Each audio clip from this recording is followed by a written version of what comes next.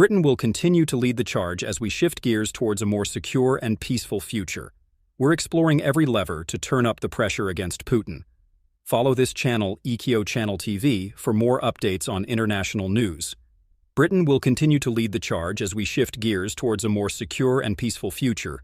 Putin refuses peace. He ignored President Zelensky's offers to meet. He rejected the ceasefire offered by the US and Ukraine.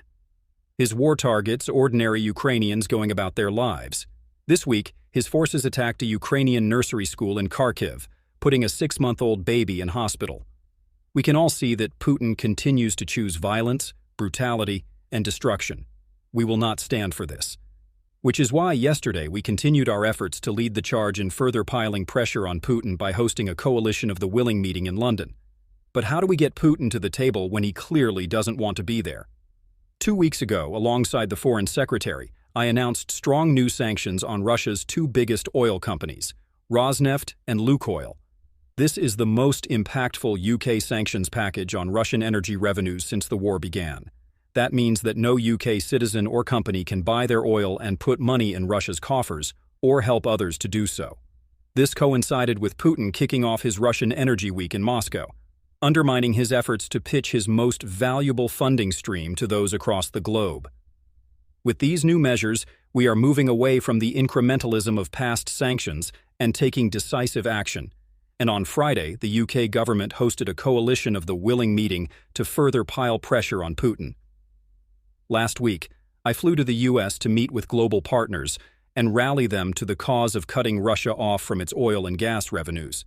There, I met my US counterpart, Scott Bessent, to discuss how our new sanctions needed a united front. And this week, they have joined our move to strip the funding from Putin's war machine.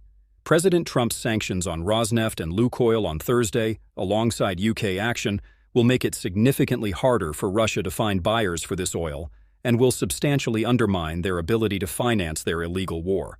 Together, these oil companies export 3.1 million barrels a day of Russian oil. Russia is clearly hurting. Putin does not have the finances to keep this war going.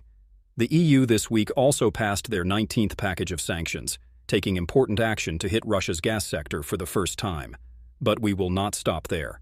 We must show Putin how determined we are, and that we will not stand by while he refuses to engage with negotiations.